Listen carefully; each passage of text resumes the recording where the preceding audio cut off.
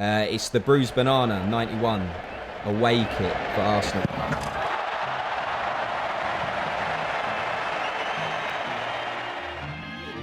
Hey guys, and welcome to Retro Football Shirt Podcast with me, Alex Manzi. And me, Uche. And yeah, we're just two guys who have a passion for shirts, and we come here to kind of discuss the shirts we like with some crap facts, rubbish stats. And yeah. Yeah, man, it's just like, it kind of came out of a conversation when you kept coming into the office and you kept wearing these different shirts. And then it was just started from there. And then we just like, now we're here. You know, two guys. Started from the bottom, now we're here. So that's it. That's the origin story. That's the basically. origin story, yeah. And yeah, we got to obviously make sure we shout out Classic Football Shirts for sponsoring the pod. Yeah. Obviously that's where our love of shirts or buying shirts came from, was buying that stuff on their website. Because Manzi would be buying it, and then I'd be going to the shop to the shop online, and then I'd literally it'll be like an hour, and my hour would be gone. I'd just be literally searching through shirts, and so many stories would be coming through my head, and just like about like I remember where I was when I saw that shirt, etc., etc. Yeah, incredible. Yeah, it is pretty sick.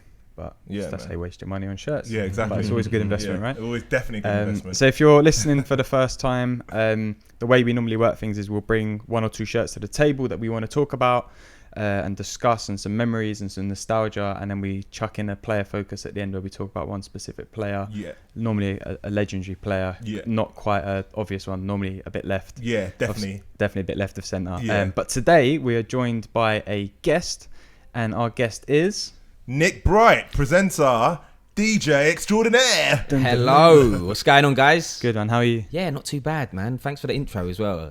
Didn't see which one of you it was, but someone even put a little song in there. That was me. Right, okay. A little cheeky one. I love that. I love the story about the origins of the podcast as well, just because, like, even for me, I wouldn't necessarily say I noticed people in the office wearing football shirts, because you don't often see people at the BBC wearing football shirts that often. But like, if you're just walking down the road and you see someone wearing a particular shirt, you're always like, oh yeah, I remember that shirt. That's a big shirt. And like, you know, it's like if you've got a certain shirt, like I'm wearing a Palmer one today. When I wear this, I just always get people looking at it. Yeah. Like people who know about football, they'll see it and they'll be like, oh, that's like. I've seen. We were walking down like Brick Lane in Shoreditch in East London, and you were in that shirt, and I remember bare people were clocking it. Yeah, but that's because we were walking to the Classic Football Shirt store. So everyone was walking away from the store. People were looking at that shirt. I'm trying to find that shirt, and that shirt is a little bit rare. I also think it's because like retro clothing in general has never been more fashionable, has it? Like people love retro clothing, and football shirts are a massive part of that. And the Palmer shirt that Manzi's wearing at the moment, even when I came in, I was like, that is a shirt and a half, because it's a Champion Palmer shirt, so it's made by Champion. If you're listening to this and you're not watching it, you can't see it.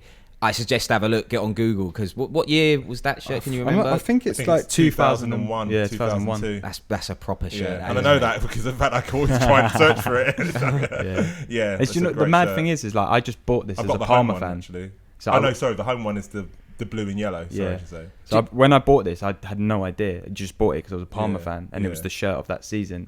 Now I'm like, oh my god, I'm so glad I bought it. Yeah. Do you know what I love about the old shirt? Both the shirts that you two are wearing actually is that they've got they've both got the weird kind of, I don't know what the material is, but the badges are made out of that furry. And then on the IX one that Uche's got on, it's like the sponsor is made out of that weird kind of furry, like 3D kind of print font stuff. I think the Velcro. I think correct me if I'm wrong, but I think the numbers and the letters on the back of the shirts used to be like that when I was a kid. Yeah. Do you know what? On that note, right, this is a very good segue into one of the shout outs I wanted to do. Someone got in contact with us via Instagram, a guy called Glenn, who bought a 94 Liverpool shirt, and he asked us, he wants to get the lettering of Robbie Fowler on the back, but obviously it's an old shirt, but he wants to get like the new retro style lettering to print onto the back of it, and he was asking what our thoughts are on that. Why would you do that? Like, I mean, it's kind of cool, but why would you not get the lettering that it was from that era? No, it is the same style lettering from that era, but obviously he's buying it now to print onto the shirt. Onto his new shirt, onto the 94 shirt. Will it match? Wow. That's my question, because like you see these kind of new old things. That's what I call them, where it's like a new thing trying to imitate an old thing, right? But it's like you can still tell it's new. It doesn't look the same as the old one. It looks similar, but not the same. So my advice would be that if it is a complete match, or very hard for people to tell the difference, then go for it. But if it kind of cheapens the shirt, that's kind of what I said to him. I said personal preference, I wouldn't do it because of that reason. It would look a bit weird. It's like, even though it's in the old style, it's still new print going onto an old shirt, and unless you wear it like 100 times and it starts to wear, just start wearing it out on purpose, rubbing up against walls. I said it on a previous pod. You can actually find the lettering. If you search for it on Classic, you might be able to find it. Yeah. Because they do sell them, which is really random. I know that's proper left and how I've seen it. But when you go to the when you go to clearance and you go to like the lowest price first. So you can find like and you see letters. You can see like they still have. You can still buy some of those individual letterings to certain clubs. So it's worth. Definitely check on eBay. All I'm saying, you better have a short name though, because the chances of them having all your letters, if you got a real long name, you've had it. Or a double barrel name. Yeah. Right.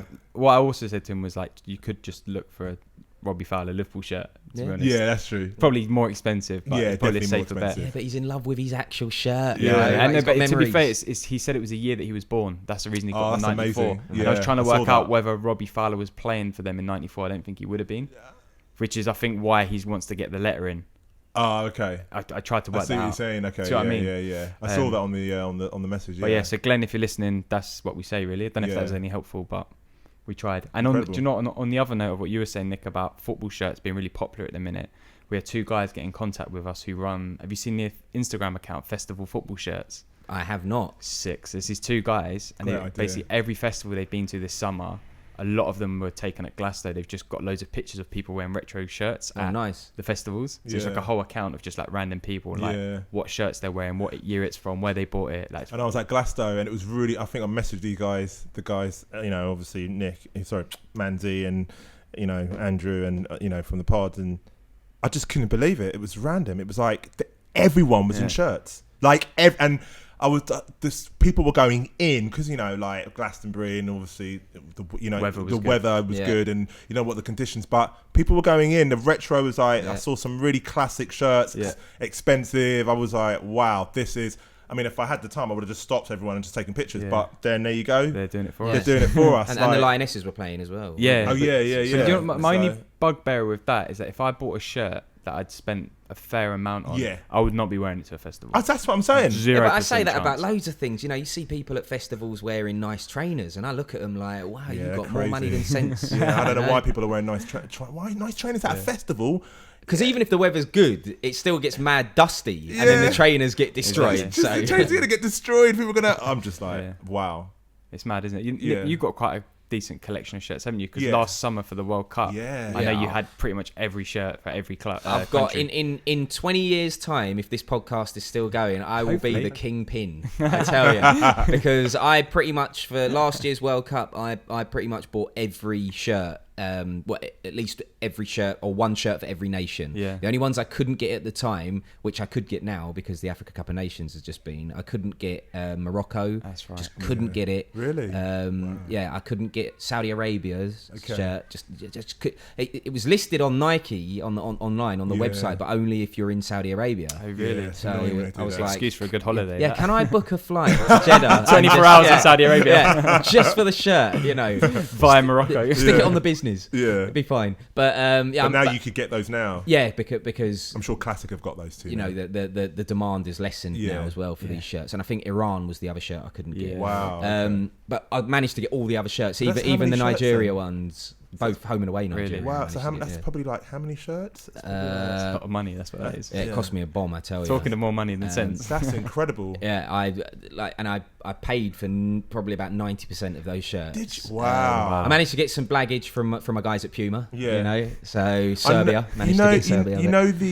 The Brazil correspondent for the BBC Sport, I can't remember his name, but he did this thing where he had all the shirts on his wall, and then every time a team would take it off, and then he'd take it off, and so like they'd be left with the two. So he'd have it one sided. Live World Cup chart. World Cup chart, like where was going where. So I had a not something. It's not really similar, but like I had this weird rule because we were doing. But the reason I had all these shirts, let me just explain as well, is we were doing a show called Barbershop Ballers, very good show, for the BBC, which was basically like a young take on the things that have been happening in the World Cup. And I had this weird rule on the show where I would only wear a shirt once that team's been eliminated. So I was like, hopefully I'll never have to wear the England shirt, and then England got knocked out by Croatia. But I wore some great shirts. Like funny story actually, I was coming home after filming one day, and I was wearing the Australia shirt. And I was in Oxford Circus tube station, just waiting to get on the tube. And then this guy came up to me and he's like, "Mate, Socceroos, come on!" Like Australian guy. And I was like, "Sorry, mate, I just like the shirt. I'm not Australian." He was like heartbroken. He was proper gutted. I should have just lied and said, "Yeah, man, like obviously I haven't got the accent, but it's because my dad's Australian." Could have just lied and styled it out. That team, Perth Glory, man. I only had one of them was wearing the Japanese shirt, and I got store stopped at Oxford Circus, and this couple actually, and they were like, "Oh, we've just come back from like Osaka and go Japan." It was just one of those ones. I love all that. It's kind of like, but when people when you wear it, it's weird the reactions that you get. People are just like, I remember wearing I got off the France training shirt, and someone was like to me, "Oh, what part of France are you from?" I'm not. I'm actually from London. I just like the shirt. Just make it up. Toulouse. Then knowing my luck, the person I'm chatting to is from Toulouse, and they start going, "Which part of Toulouse?" Yeah. You've been to that bar on like, So, what would be your top 3, not including Nigeria shirt? 'Cause that's an obvious one from the World Cup. Yeah, quick fire. Japan. Yeah. I love the Japan shirt. I thought that was amazing. Can we include? What is this? Just I know it's quick fire, but like, can we include warm up shirts in this? Or if you want. So as long as it's World Cup. The England warm up shirt. Yeah, remember with the blue stripe at the top. That's the best one. They should have been playing in that shirt. That's what we said. They might have won the bloody semi-final if they've won that. Yeah, that should have been. They weren't brave enough to go. That should have been the kit. Yeah. So that's what have I said here? I've Japan, said Japan. I've said the England warm-up shirt, and I'm gonna go for Germany. Ooh, Germany. Which one, home or away? The home one, because it was the It was basically like a new version of the retro one from the 80s, right? Yeah, because you got the away one. I got the away one, which is the green, which was a throwback. Lovely. Yeah. Both lovely shirts. Yeah. But I also like the South Korea one. Thought that was nice. The Denmark one was nice, made by Hummel. That one. I could go on for ages. Yeah. They were good. It was a good World Cup. Yeah, it was a good World. But for shirts. Bar, I'll probably say Adidas just stretched it. Oh, by a mile. What do you think? You preferred the Adidas? I think the Adidas ones. I mean, apart from obviously the Nigeria one, but I think Adidas. I mean, I got the Belgian one recently because it was like the home one. Yeah, home one. Because I was like, oh, that actually looks really nice. Like, and then there was the Colombia away one. Yeah, that was like, which was when you saw that when it was played and on the blue one, the blue one. But when it was played on the pitch, it looked completely different. It looked like they were flying through like everywhere because they had the pink like numbers at the back. Look wicked. Yeah. Speaking of weird number shirt combinations, I don't know if you guys managed to see the Arsenal pre-season friendly recently where they debuted the yellow kit. No, it's the red kit. Sorry, before they debuted the yellow kit, they played the Colorado Rapids. Yeah. And it was the red kit, but they had yellow numbers on the back, and everyone was like saying how terrible it looked. I don't understand the point of it. Did they do that on purpose? No. Was that just like a... It was kind of like a preamble to the release of the yellow kit. So the numbers that were in the design of the yellow kit, the kind of middle of the number had the same pattern as the new yellow kit's got. So it's kind of like, oh look, we're showing you a little bit of what's to come. Do you know what I really liked? I really liked what they did last year when they went to, I think it was in Singapore, when they had like patterned, like red and white patterns, something within the numbering. Yeah. But you could only get that shirt if you were in Singapore. Oh, that is so sly. I don't want to bore everyone with the kind of fine details, but part of the reason for that is because the actual numbers that they have on the back of the Premier League shirts now, I don't know if you noticed, they've actually got Premier League logos specific, in it. Yeah, so it's like they have to have those numbers. They can't have certain numbers in the Premier League, which is why in the Champions League or the Europa League or the League Cup or whatever, the numbers on the back of the shirts are different to in the Premier League. Here's another thing for you. Like a few weeks ago, there was the Paddy Power. Have you seen that advert? Huddersfield. It's an incredible advert. Have you seen the advert? What? How Huddersfield announced. Oh yeah. It's incredible. But what's your feeling on, because basically it came out, Huddersfield had released a shirt, obviously they got blue and white stripes, it was a white sash going diagonally across the shirt, and it was just filled with Paddy Power, and there was uproar about the thing. It was obviously always going to be a PR stunt, but not in what everyone thought. It came out that Paddy Power were back in a campaign called Save Our Shirts, which was to save sponsors' logos from the front of shirts. What do you think about that? Well, it's interesting for me because we were having a conversation just before we hit record here, and you said that you've got another Parma shirt, is it? And on that one, it doesn't have the sponsor, and you were like, you think it looks sick. Yeah. But it's strange when you're so used to seeing shirts with sponsors, and then all of a sudden the sponsor's not there. Because to me now, it's almost like the sponsor is incorporated in the design of the shirt. It makes it more instantly recognisable, which in a way is kind of whack, because I hate the corporate world for kind of, I don't know, making me accept the sponsor. But I must say that Huddersfield top, because I have seen it. I don't know if you've seen it. I've seen it, but like, without the sponsor, it does look proper nice. It looks much better without the sponsor because that sash was awful. Because do you know what? I knew that wasn't. Two reasons why I knew that wasn't going to be a proper thing was A, it was Paddy Power, and B, it was an Umbro kit. And Umbro's kits are so nice this season. There's no way they would have designed a white striped kit and then put a white diagonal sash for it. It's weird. I have kind of different views on this. It's kind of like, I think the reason why people are kind of kicking off is because obviously a lot of now the sponsors are betting, and I think there's that whole relationship between alcohol and betting that people are still kind of like very wary of in terms of like the responsibility in terms of sport and relationship with, especially with betting. It's a little bit like cigarettes in Formula One back in the 90s. Can you remember the cars used to be plastered with Bensons and Hedges, Marlboro and all of that? Now, not anymore. Exactly. But I actually think, personally, I think they should give people the option, I know it's more expensive, to have it without the sponsor, because sometimes I love Barcelona, and so there's certain times I don't really want to have what's the sponsor that they had before the one they had now?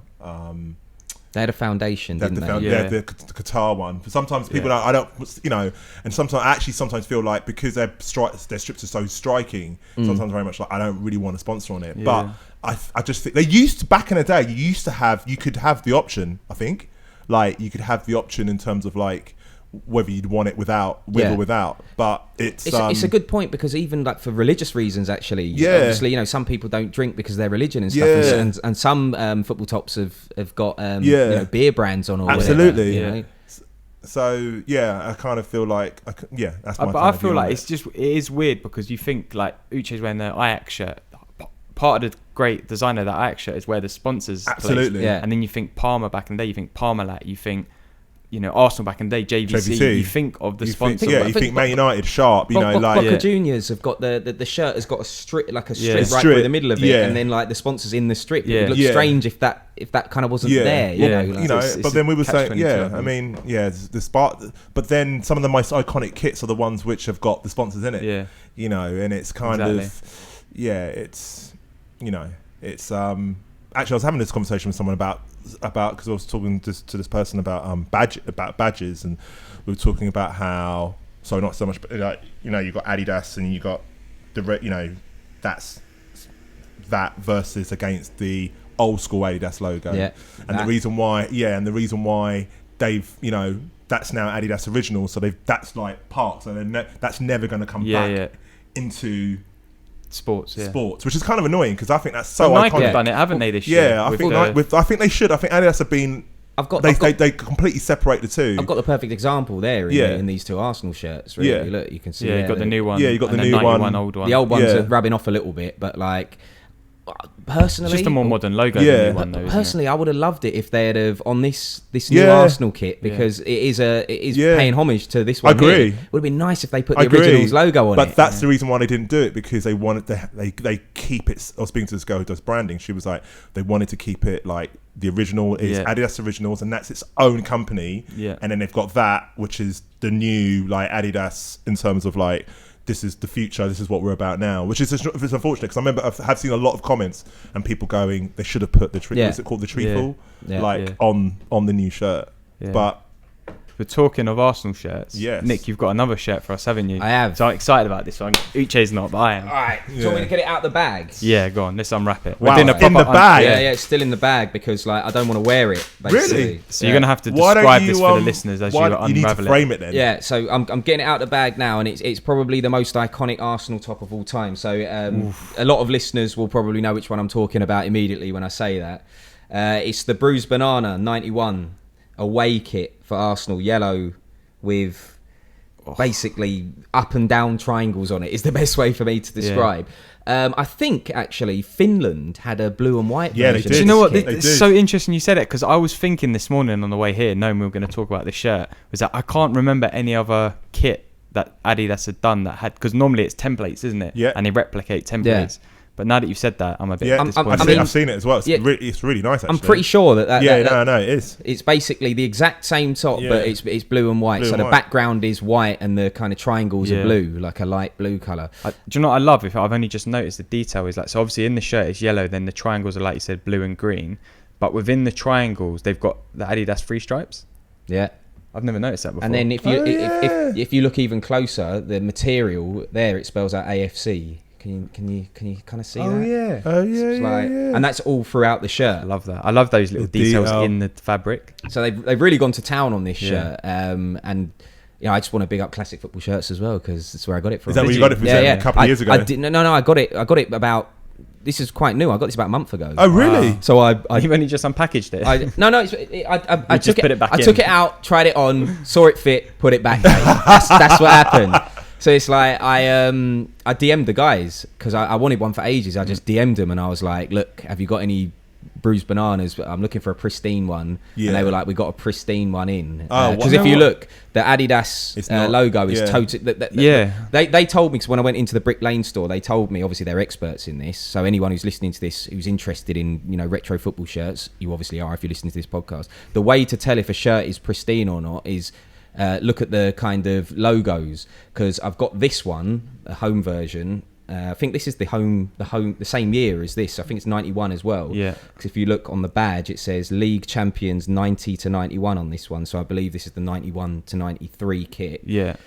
If you look at the difference between the Adidas logo on this one compared to the Adidas logo on the Bruised Banana, it's like this one is all battered, and the Bruised Banana is like totally. Do you know what's interesting? This one here, so the Bruised Banana one, the third colour on the shirt is red. So the Adidas logo is in red, the badge is obviously red, and the JVC's in red. The numbers used to be red on this one. And the numbers were red. But look at the difference between the colouring on the JVC, the badge, and the Adidas logo. The Adidas logo is literally pristine condition, even though it's the same weird fabric we were talking about earlier. But the red of the other things faded, so it makes me wonder if they've maybe it's because, or it's a different, I don't know. Maybe it's because when the shirts are made, it's made with the Adidas logo at manufacture, and then the JVC and the Arsenal badges are pressed on at a later time. Absolutely, definitely. I love the detail on this shirt, like even the red trim going down the like Iconic. Shoulder under the armpit. It's about. I think I'm not going to ask how much it was because I know it's a very expensive shirt. Yeah, I mean it was quite a lot. Yeah, because I'm seeing like condition. Yeah, especially that condition. Yeah. The funny thing is, even with a discount for Classic, the reason I wanted to get it is because obviously they've just released the yellow one. Yeah, the yellow one, which is a throwback to this shirt. It takes aspects of this shirt, but for me, it's not enough. I wanted more Bruised Banana. Like. I do like the new shirt, don't get me wrong, the new away shirt. I love the new home shirt for Arsenal. Absolutely love it. Seen the third shirt? Yeah, the black Can't one. wait for that. Yeah, that's because then I saw. Okay, yeah, it's basically like a Real Madrid away kit. Or is it navy? I think it's navy. I think it's navy. It's navy with gold. Yeah. I'm going to get lovely. I cannot wait. But full like, kit. I wanted to get this because it's an investment. Definitely. You know, people. And as an Arsenal fan, even if I decide that I'm not going to wear it, I'll frame it. I'll do something with it because it's just a beautiful shirt. Yeah. What player comes to mind when you see this shirt? First player. For me, it's Ian Wright. Gotta be in just an Arsenal icon, mainly because we signed him this year. Yeah, and it's strange because 91. You know, I'm 32 now, and in 91, I wasn't really old enough to know that much about football. But it's going back because we've got things like the internet now. You can go back and do your research and all the rest of it. And I vaguely remember the shirt as a kid. You know, seeing my dad watching football on TV, but I don't remember that much. But Ian Wright signed in 91. and he scored on his debut against Leicester in this shirt. And it was a bit of a, it's weird because, without sounding like a bit of a douche, I kind of know Wrighty now just through my work, and he won't mind me saying this. Like it was a bit of a lucky goal. Like it wasn't the greatest shot. The keeper's positioning was terrible, and it went in off the post. But, can we clip that up? So if we ever get Wrighty on, we'll play it back to him. Listen, he's much better than me. He's a professional player at the end of the day. If that was me kicking it, it would have went anywhere. I can't talk the ball into the goal. If you could, I'd be great.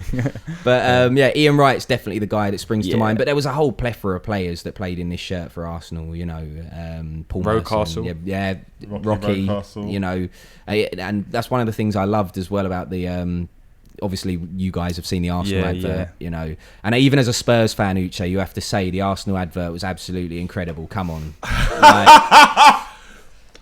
We don't really do, we don't really do, like, as my mate said, we don't really do, like, announcements. We just put the shirt out. Have you seen the Spurs shirt for this season? It's the most boring shirt I've ever seen in my life. Yeah, Spurs shirt this season, the Nike one is terrible. Yeah, well, the away one is decent. But come on, our advert. Let's get distracted. The bit that I don't like about the advert, though. No, obviously the Tottenham bit you didn't like. We run North London. Yeah, bit, whatever. You run whatever. Yeah, you can run.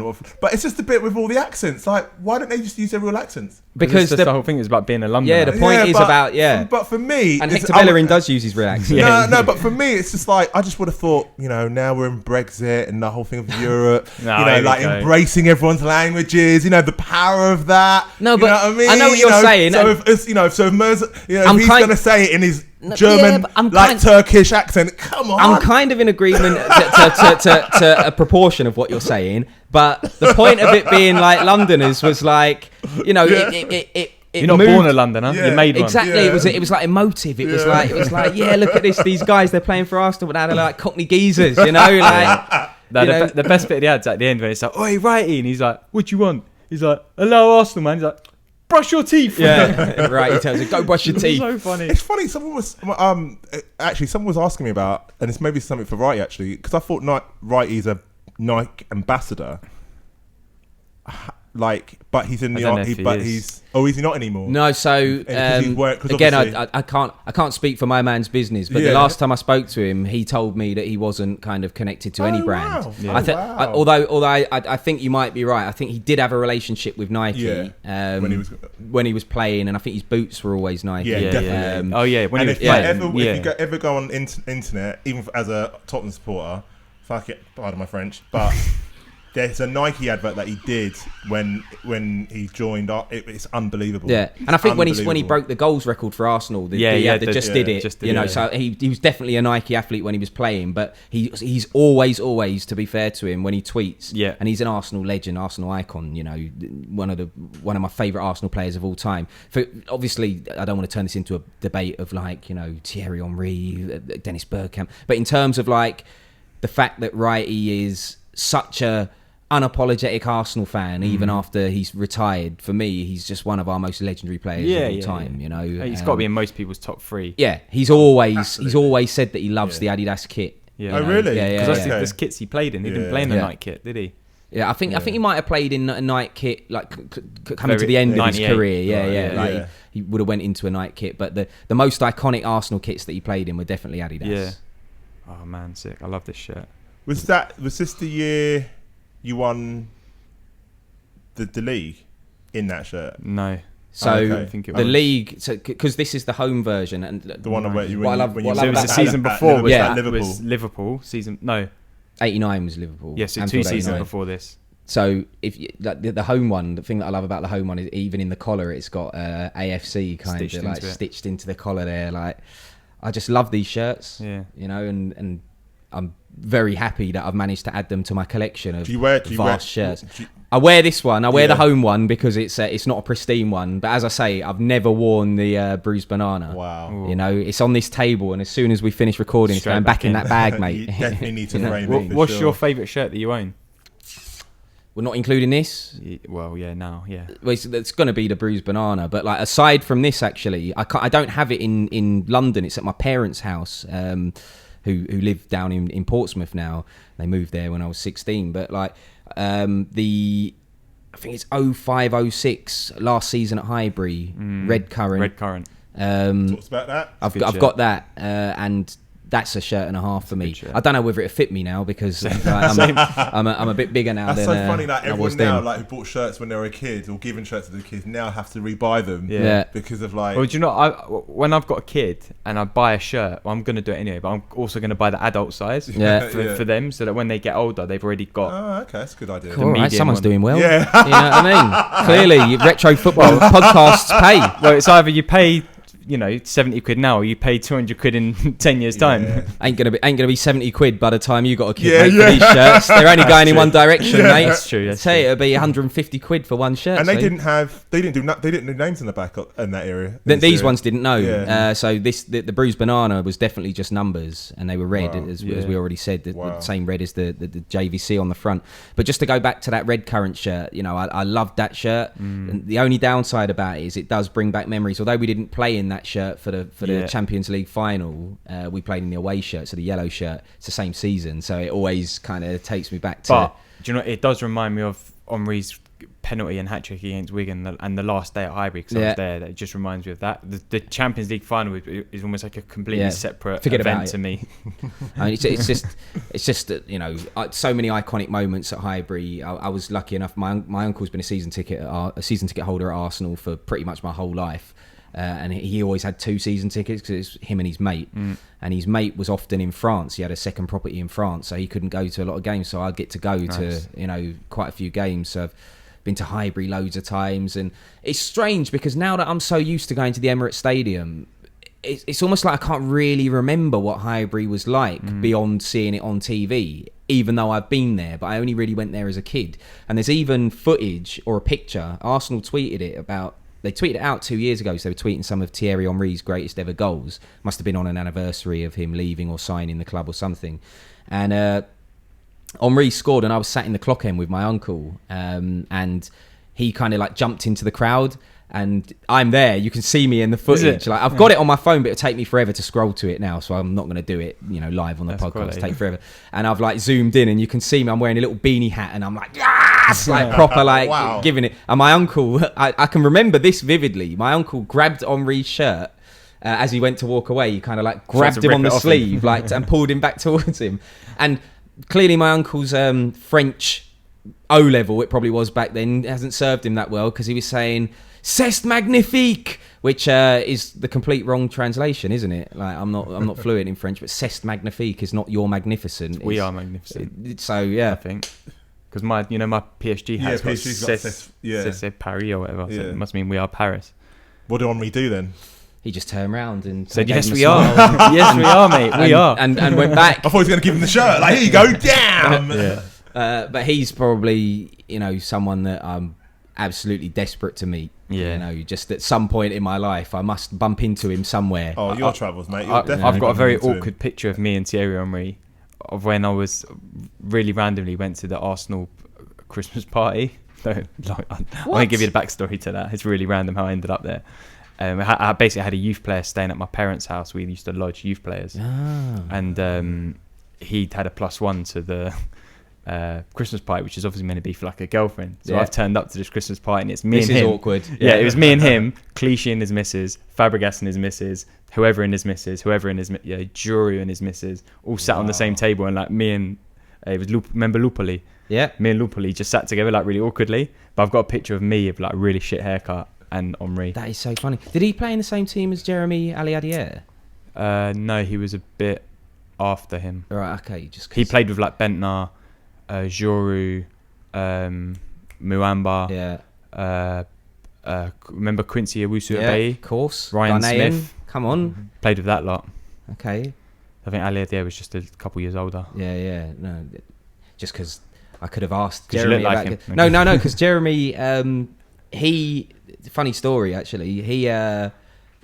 He was offered to lodge him because he came to Arsenal when he was 16. 15 or 16. He was 16 when he came to Arsenal, which is why he speaks Fringlish. That's what I say to him all the time. If you hear him speak, he's like, accent is crazy. It's like people love it. But he was offered to lodge with an English family, and he didn't want to do it. For real? Wow. Yeah, just because he couldn't speak the language very well, and he was a bit worried. He was quite shy as a youngster. So what the club did is Arsenal said, right, well, we'll pay for a house for you and grandparent or parent to come and live in this house. Wow. Rent it, not buy the house, but pay the rent on it for 2 years until you're 18, and then you get your own place. Yeah. So his granddad came over with him to London. His granddad lasted like 5 months in London before he was like, I've got to go back to Paris, man. I don't like living in London, don't like the weather, don't like the food, I'm missing all these things. So his granddad went back to Paris, and then Jeremy was like, well, because I was like, what did you do? Did you tell the club? Did you have to move in with family? He was like, I just didn't say anything. I just lived in the house for 2 years on my own. Way. At 16, can you imagine having a house to yourself? Wow, that must be going out for dinner. Yeah. Mad, like earning that money as a footballer in your own house at 16. No one telling you what to do. Like, it's the rent is paid for. Like, wow. But it just would have been amazing. We have to get some stories out of him. Yeah, I mean, I bet he's got stories. Yeah, I bet he's got stories. Hilarious. Yeah. You have to get him on the pod. Yeah, we should. Yeah.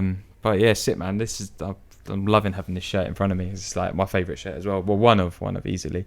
But yeah, appreciate that. Have you got player focus? Yeah, player focus. So kind of around about this same period. So I'm gonna have to get all my notes up. And which is quite funny actually, because the reason why I'm going to talk about this particular player is because Vincent Kompany has now joined Anderlecht and has become gone back and has become a player manager.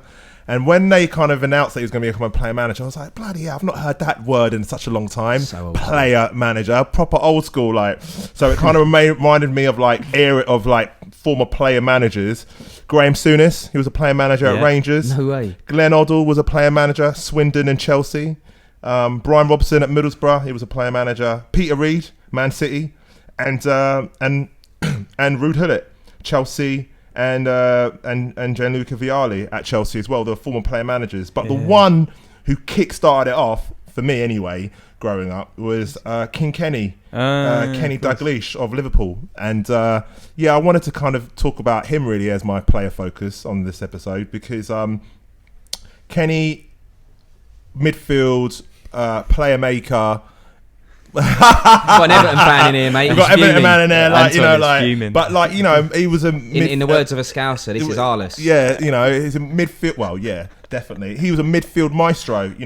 He actually played. He started his playing career at Celtic, but actually he was brought up a Rangers fan. Yeah, which was he was brought up a Rangers fan. Him and his whole family. So during his Celtic career, he 204 appearances, 112 goals. 4 Scottish League Championships, 4 Scottish Cups, 1 Scottish League Cup, pretty much kind of dominated, Scottish football when he was playing for Celtic. And then in 77, Liverpool paid a British record transfer fee of £440,000. £440,000. Imagine that, you don't even get a youth player for that these days.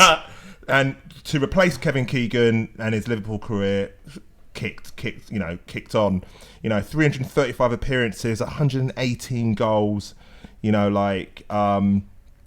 his first season he won the double, which at the time, in his first season, when he was appointed player manager, which was on 1985, in his first season he won the double, which at that time they were the only 13 to ever do the double in the league's history. Right. Okay. And then I think one of the really big things that really resonated with me was, and I think obviously Liverpool dominated everyone's television sets when I was growing up, especially. They were kind of like they were literally the UK's Brazil. Yeah. People would say they were because the way and then especially when it came to 87-88 season, and they bought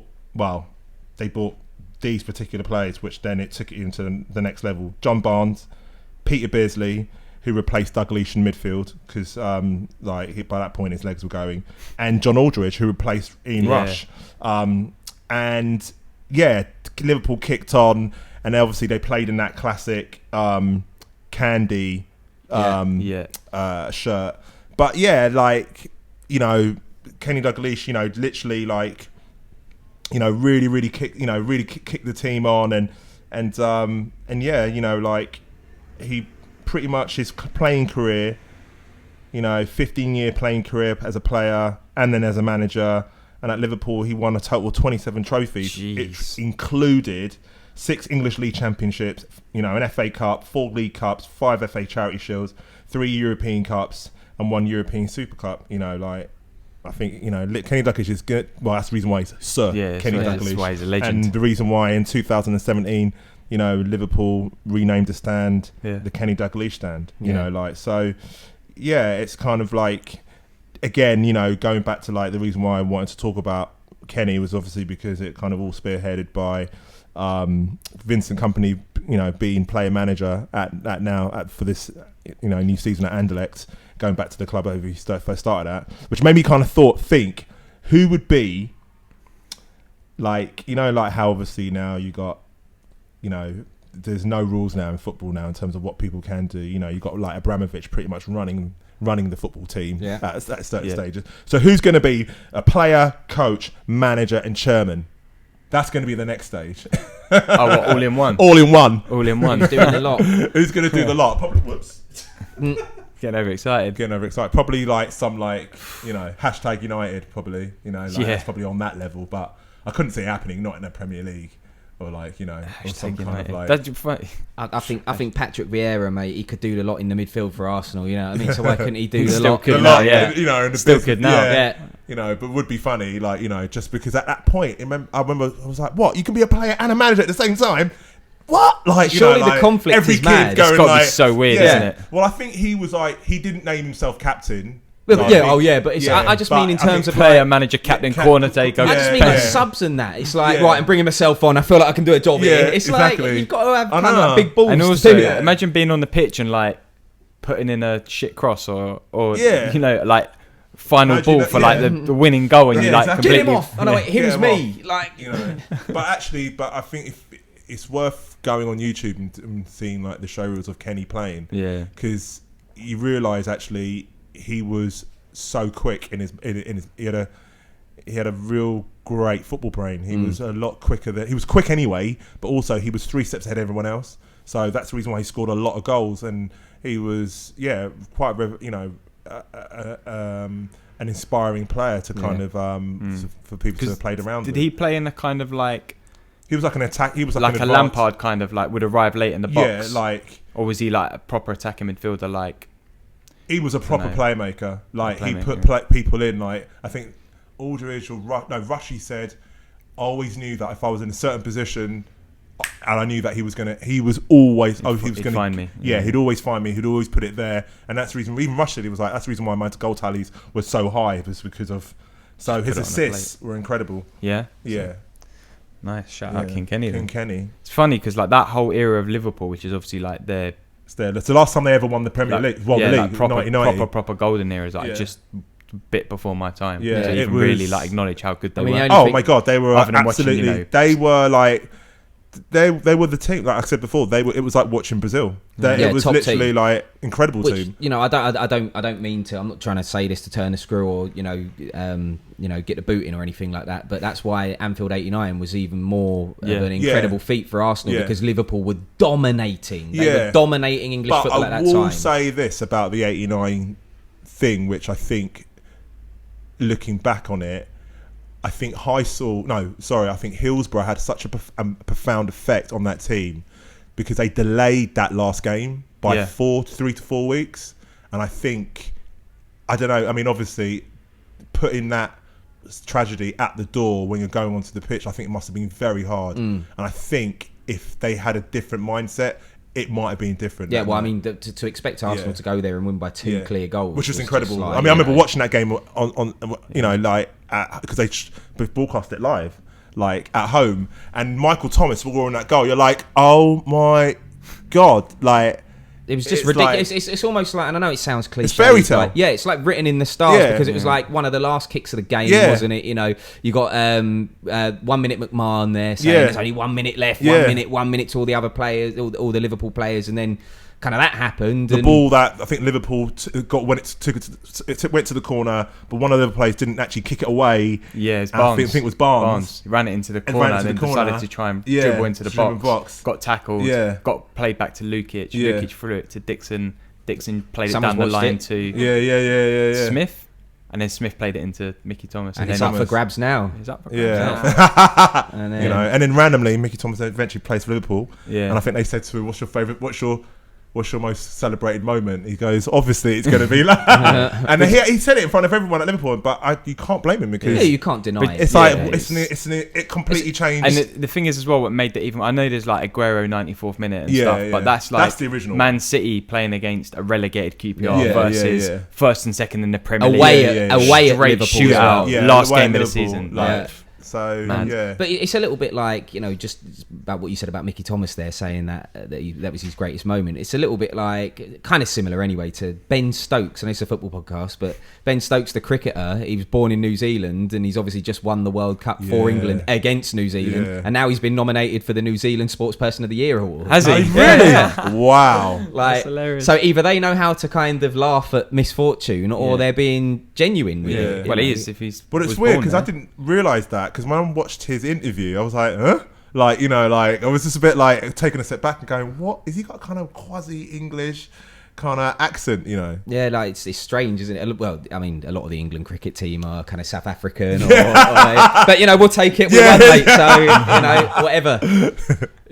Just imagine they did that in England. You got some like my distant cousin, who's in Yugoslavia, but obviously he's English. Listen, if it's going to happen, it will happen. As a fan of football, mate, if that happens and it makes England have more of a chance of winning the World Cup, I am here for it. Well, I think it will happen. I think with migration and with the kind of different groups, people coming from all different parts of the world, I can definitely see it happening. Mm-hmm. Well, they've tried it before, haven't they? With like not quite that way round, but with players like. Who was the young United player that they were trying to get to play for England? Januzaj. He's been here 5 years. They've tried to get players because of his. I think Fabregas was another one at the time. They're trying to get they've tried that kind of players who have been here and are British citizens through their youth academies. Yeah. There's that kid in Celtic, that young kid, 16 years old. Oh yeah. Well, it's like. Well, technically, Raheem Sterling. Yeah. Oh yeah. Born in Jamaica. Jamaica wanted him to play for them, but he obviously had the chance to play for England. Yeah. But then again, you look at John Barnes as well. Yeah, teams like Nigeria. You got Iwobi, born and bred in London. Yeah. But Wilfried Zaha. It works either Shame way. about Zaha, man. Would have been nice to have seen him playing in England. He could have played for England so easily. It's the type of player England need as well. Isn't it? Would have been nice to have seen him playing in England. Come on, Wilf. Reverse the decision. Come to Arsenal and then reverse it. Probably it's once you've played at senior level. Then it's. Yeah, I think it's a certain amount of caps. Who's the West Ham player? I can't remember his name. The one who's Antonio. He played for Republic of Ireland. Declan Rice. Declan Rice. Like you didn't scream twice though. You did a weird scream. It was weird. Mason Mount made him jump. If you wonder what we're talking about. If you haven't seen it, just Google Mason Mount, Declan Rice, and watch the video, and you'll laugh. And now people are saying Declan Rice is like Ghanaian because he's just like. He's always dancing all the time. Yeah, to Afro swing, Afro beats. It's so random, but he looks like he's having a great time. Yeah, let him crack on. Yeah, just deliver on the pitch, mate, for England. That's all that's going to happen. That's it really for this week. Man. Wicked little episode. I enjoyed that. I always enjoy the Arsenal one. Thanks for having me down. I will be taking this back now. You sure, mate? You don't want to. We can hang it up if you want. Well, right. You could easily get that signed and framed. Signed? I'm not having anyone sign this, mate. Sorry, right? I love you, mate. Do you think like when you see people signing shirts, do you think that's just not a thing? It's weird, mate. Do you not know? Do you know? I saw on Arsenal's Instagram was in the US tour that they were doing. There was a young lady wearing a Bergkamp shirt, like old Bergkamp shirt, and then she got Granit Xhaka to sign it. And I was like, why are you going to do that? Why are you going to do that? That's silly. Come on, you have to wait for Bergkamp. To be fair to her, if she's an American Arsenal fan, the chances of her bumping into Dennis Bergkamp are very low because we know notoriously he doesn't fly. Yeah, but don't tarnish the Dennis shirt. Bergkamp. That's why he's never really kicked on in coaching. He's been coaching at Ajax. Yeah, but he's never really. He doesn't fly. Yeah, that's why he very rarely played European away games for Arsenal. They used to have to stick him in a car. Yeah, if it was a close one, he would leave in a car the day before. You know what's really funny? This is another really random Arsenal story. I've played golf with the guy who used to drive with Bergkamp to the games. God. He's a guy called Paul something. He's the He's the head of. He looks after the players basically. Head player liaison at the club. Yeah. And he's like, I used to have to just get in a car with Bergkamp and drive to like. It's a good job, but it's one way to make you feel a little bit depressed because you're just hanging out with super rich people all day, every day. And you're probably earning a decent living back to the one bedroom after this. You know? No, he's probably got to be earning a decent. Driving in, nice Merc. Yeah. Like a people. Yeah. I mean, he was good at golf, so he plays a lot of golf. Yeah. Wow. Yeah. If you play a lot of golf, you've got a lot of time on your hands. Exactly. But yeah, look, Nick, thank you, man. That was appreciate you bringing in that shirt and unpackaging it for us for probably like the second ever time. Yeah, it's going, like I said, it's going straight back in, mate. Yeah, do it. I wouldn't blame you. And thank you guys for listening. As always, if you want to get in contact with us, you can hit us up on Instagram at Retro Football Shirt Pod. Yeah. You can tweet us at Retro Shirts Pod. Yeah. And you can email us with a nice lengthy email. We've had a good couple ones recently, haven't we? At retrofootballshirtpod@gmail.com. Yeah. And if you're watching it right now, you can comment in the comments. Yeah. Hit like and subscribe. And yeah, shout out Classic Football Shirts. They've had loads of mentions today, but big them up always. Yeah. So thanks for listening, and we'll see you guys for the next one.